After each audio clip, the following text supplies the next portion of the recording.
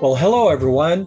I hope this new episode of Empire Coins and Collectibles finds you well and, of course, out there looking, because we know if you're not out there looking, you're not finding.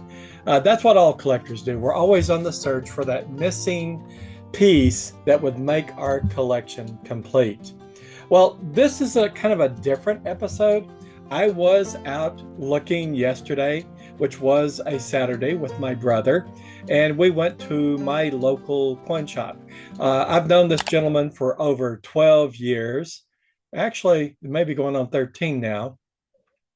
And I bought a lot of different things from him. He's always treated me well. Perhaps that's a clue for everyone. That clue would be develop a relationship with your coin shops and your gold and silver shops. You would be amazed at how much they do for repeat customers and accommodations they do make. Before we go any further, if you could, please like, share, and subscribe. Of course, that would help us reach other people, and perhaps we can entertain or inform them as well. So, what did I find there? Perhaps I found a couple of lessons, maybe three lessons. Maybe they're all the same lesson, but three different pieces. Uh, I picked up something very inexpensively. Actually, they were $1 a piece. And I figured $3 is good enough to pay for some lessons that we could provide to you here on our channel. So we're going to go ahead and get started. I'm going to switch cameras and let you see the pieces that I picked up for this lesson. And you may think, hey, you got a great buy for $1 a piece, but please stand by on that. Let me change the cameras.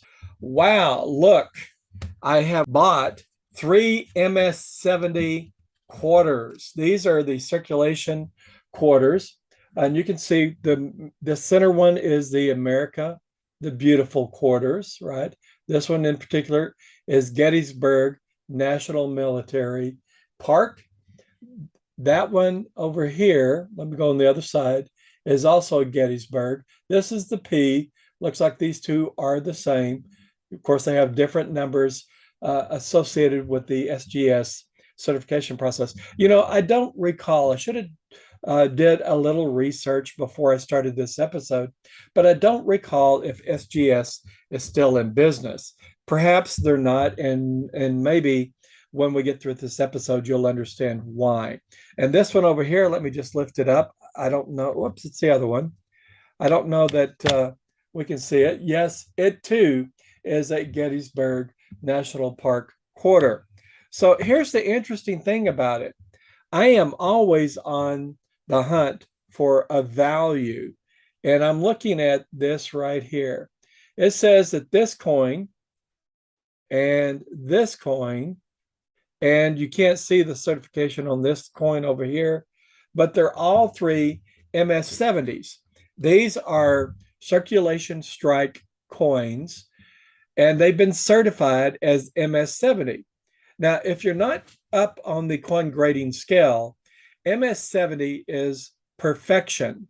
That would say that they are without blemish and they have the correct toning, and there's nothing damaging the surface.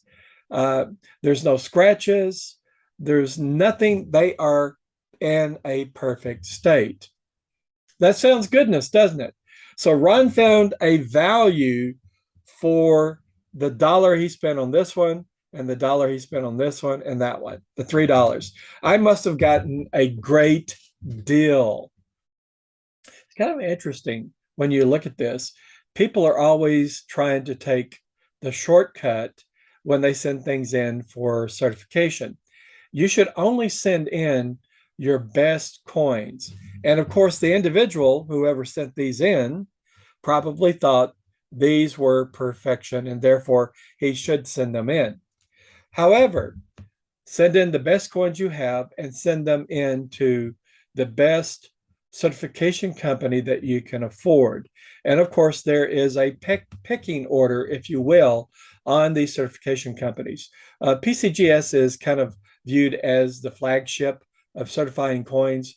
NGC is on par or almost on par. They would be kind of a second best to near best, right? And then Annex is right there in the second or third tier, however you want to look at that. Annex is the oldest certification company, and I believe they are the best value. But there's a trade-off here. You can get your coin certified by Annex, and they will be very accurate in their grading. And you can get your coins certified by NGC or PCGS, and they will be very accurate in their grading. But the thing is, you'll probably get more money when you go to sell your coins if they're NGC or PCGS certified. So you have to keep that in mind as you go forward with your coins. Now I'm going to take this one right here, and I will slide these two together so we can get a view of both of them. And I'm going to take this other one and put it under the coin microscope while I talk. And I'm doing that simply because I want to interrogate this coin a little more in depth. And we're going to look at why it is or maybe shouldn't be certified as an MS-70. And notice I use the word interrogate. Do you guys understand why I use that word interrogate?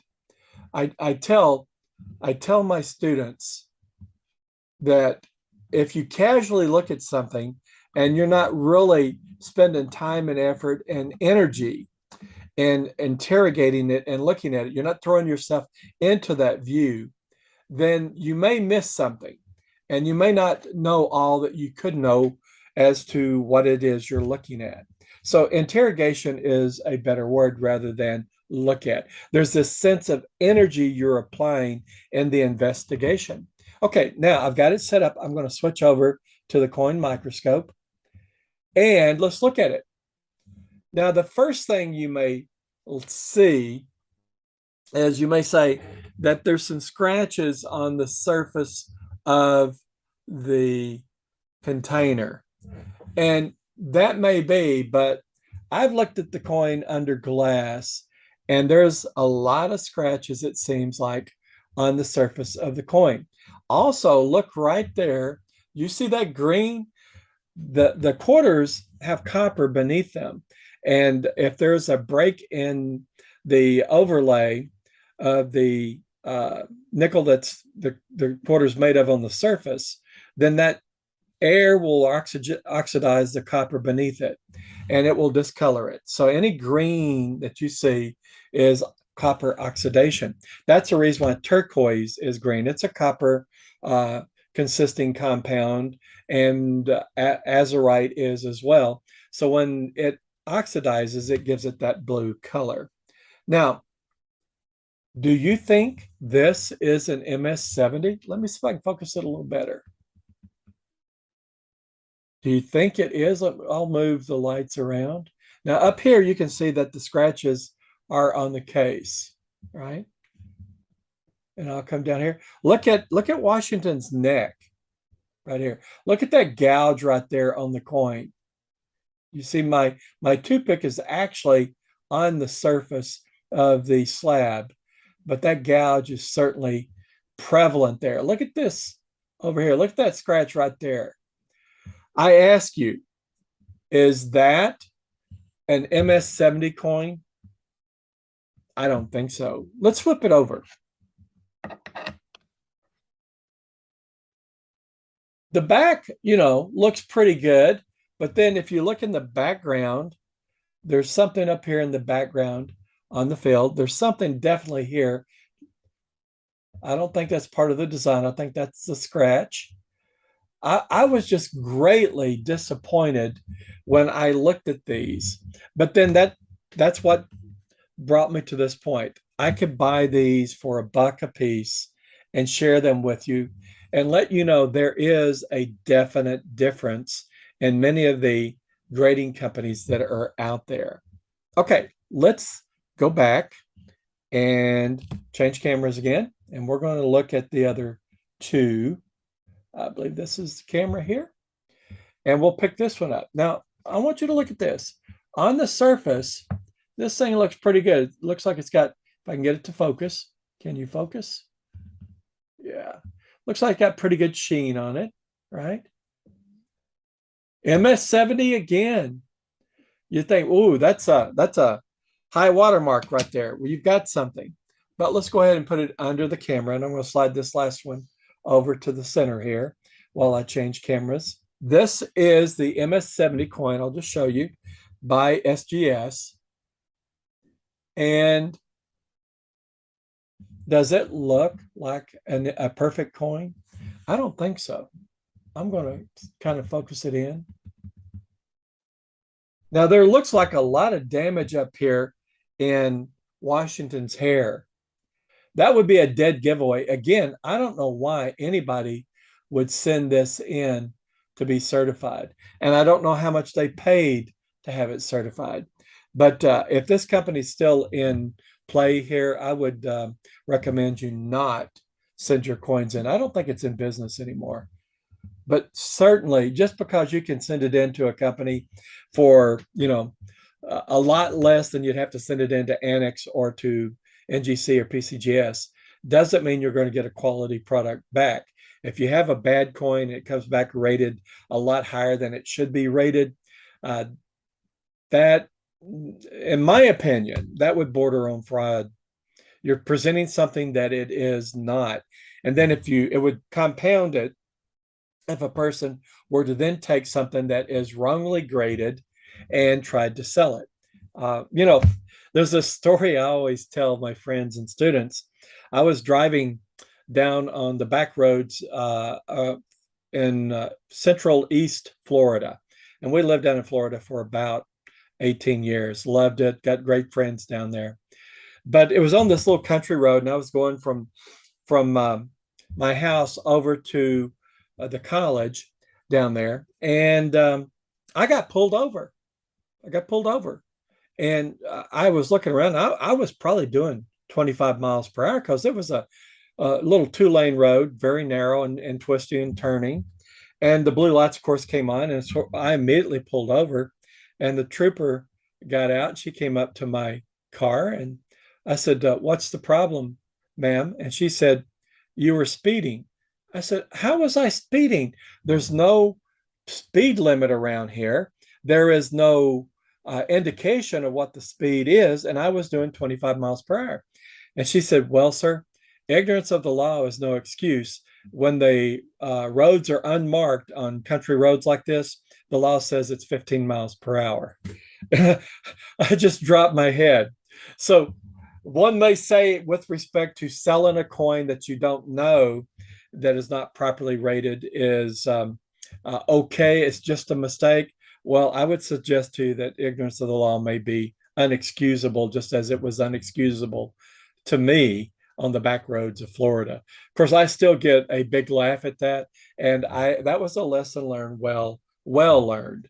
And she was very courteous, and she smiled quite a bit, but didn't help. I had to go take care of the ticket. So no, this is not good. This coin is not good. Let me flip it over. All right. What can we see here on the back? Well, let me see if I can focus it a little bit better. A little better. There seems to be something up in this region here. The field is not just really clean. There looks to be some nicks on the coin. Again, I would present this coin to you as something less desirable and not an MS-70. It could be an MS-60, but it would be, well marked up by the mint and the packaging, but may have never seen circulation. But I couldn't classify it as an MS-70. So we're 0 for 2. In baseball, you might recover from that if you get a base hit and be 1 for 3. That would be 333% batting average. But here, that's not going to help us any. Let's go ahead and go back to the small camera. We've got one coin left. So this coin here is another one of the National Military Park Gettysburg quarters. And let me see if I can get it to focus. You see, in this light, it looks pretty good. It's got good sheen to it.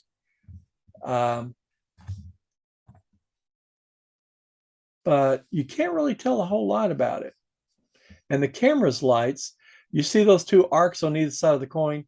That's the lights from the camera. It just kind of gets in the way. Let's go ahead and put it under the other camera. Let me do that now. What you're seeing just above and to the left of Washington's nose is on the coin.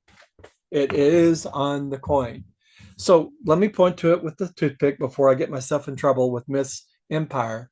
That is terrible right there. Again, and there seems to be something up in this area here. And then down here, just under Liberty, right? So, and if you look over here by the P, the mint mark, again, any one of these, if they were properly considered, would have disqualified this coin as being MS-70. So what can we take away from this? You know, everything on the internet's not true. I hope I don't burst your bubble, right? And by the same token, just because a slab says it's an MS-70 doesn't mean that's true either. It's buyer beware out there. When you pick something up, you need to have your eye loop. You need to buy one of these and carry it around with you wherever you go. I carry it around in my pocket, you know, where I'm going to work or I'm going out to dinner with my wife. I always have my eye loop. And of course, me getting older, eye loops do help. But what I'm trying to say is simply this.